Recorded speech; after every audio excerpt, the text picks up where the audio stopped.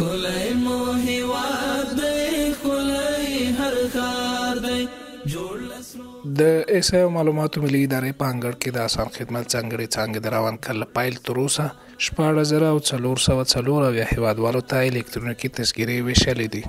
د آسان خدمت ځانګړې څانګې عمومي مدیر روح الله عزیزي وایي چې په یاد څانګه کې په ورځني ډول شاوخوا 250 غوښتونکو ته د الکترونیکي تذکرو اړوند خدمتونه وړاندې کیږي.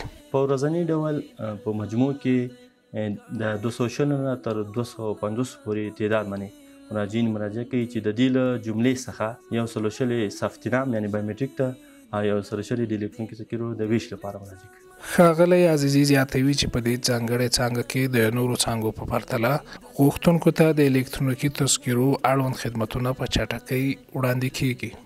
د آسان خدمت ځانګړې څانګه د نورو مراکزو سره د تذکرې زر چاپولو کې او د دې سربیره د مراجعینو د وناسو او د ذکورو مراجعینو لپاره جلا جلا صاحبانونه جوړ کړي.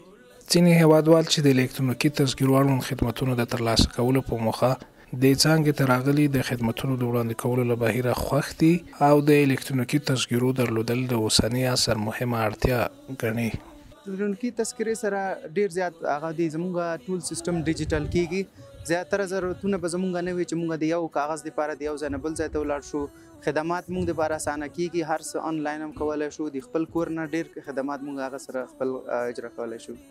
د ایسایو معلوماتو ملي اداره په مرکز او ولایتونو کې د الکترونیکي تذکرو څانګو په پراخولو سره هڅه کوي چې هیوادوالو ته د لازماتو اسانتیاو پر رامنځته کولو د الکترونیکي تذکرو ترلاسه کول اسانه کړي.